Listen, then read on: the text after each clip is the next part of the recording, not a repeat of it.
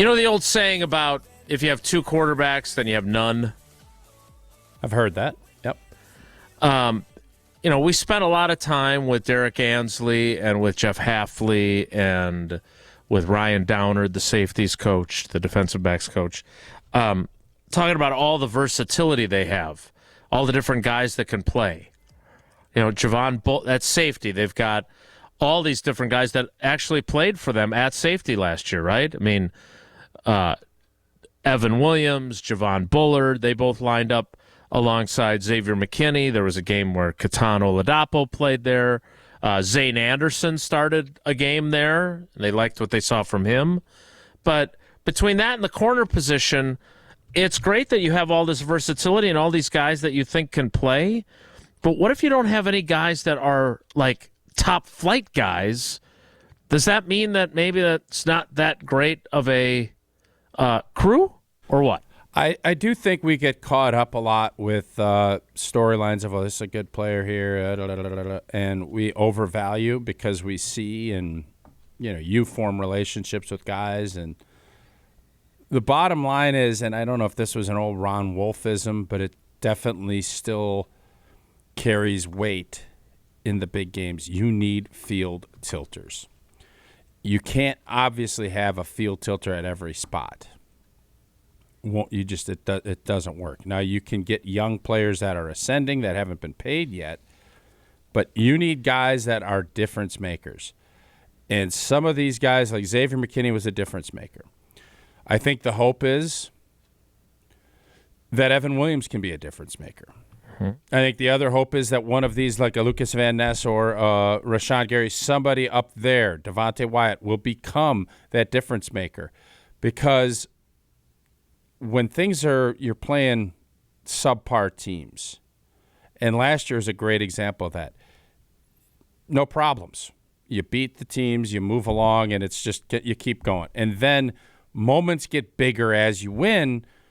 Do you have the guys that rise up to the moment? And right now, this team doesn't. You could say our best two players last year were guys that just got brought in. Who are going to be the best players? I would argue Jordan Love has to be one of those guys. And then I would make an argument that you need a Jaden Reed or someone in that receiving core to elevate themselves. And then I think one of these corners needs to become one of those guys. Because right now, you're right. They're nice players. I think there's a good upside. You feel like they all have roles to fill, but you need one of those guys to emerge as a big-time player. I believe Cooper DeJean had a pick six in the Super Bowl. Did he not? Did. I heard about that. Yeah. So, and, that's one game, but it was a big game, big moment, big-time play. That's how you win. That's Tramon Williams was a guy, like a really good player. Micah Hyde. He became that guy because he stepped up in big moments. The interception against Philly, which I think you forget about. The interception against the Atlanta Falcons before the half took it to the house. Nick Collins was that guy. Charles Woodson obviously was that guy. You can have a nice season with other guys.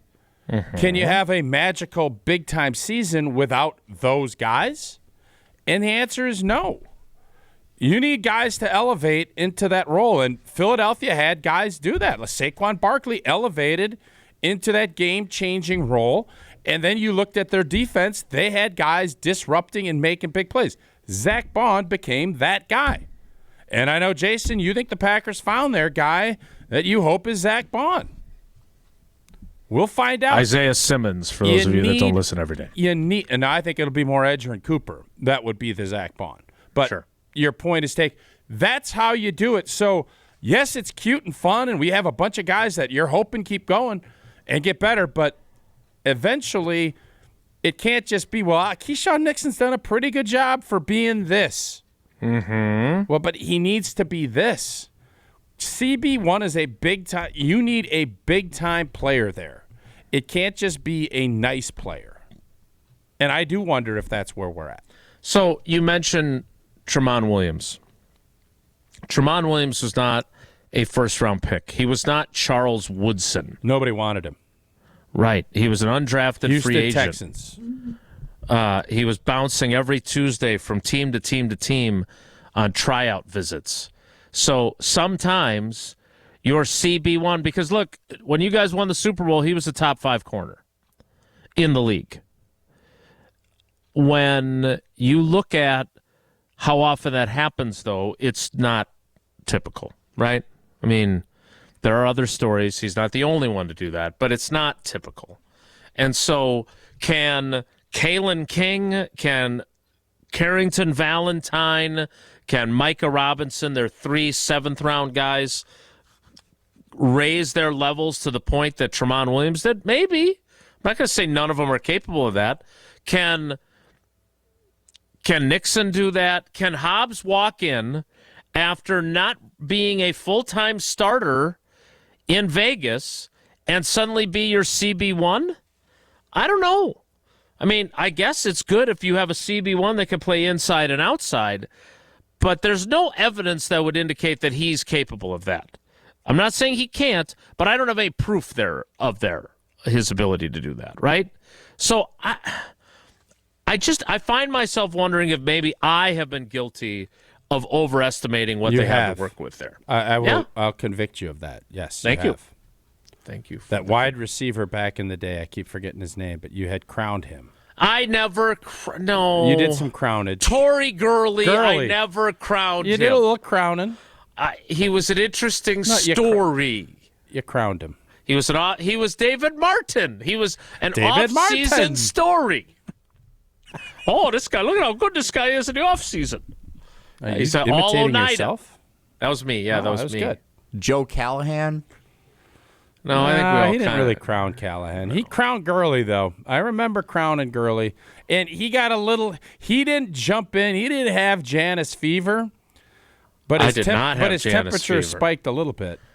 It was probably 99. It was over 100, but it wasn't feverish. No, I was the what was McCarthy's line? It's lonely being a warrior sometimes. I was the one guy standing up for Devontae Adams when everyone wanted to cut him. That might have been one of the more embarrassing times as a Packer journalist. Yeah, it was not good for some, but hey, it worked out well for me.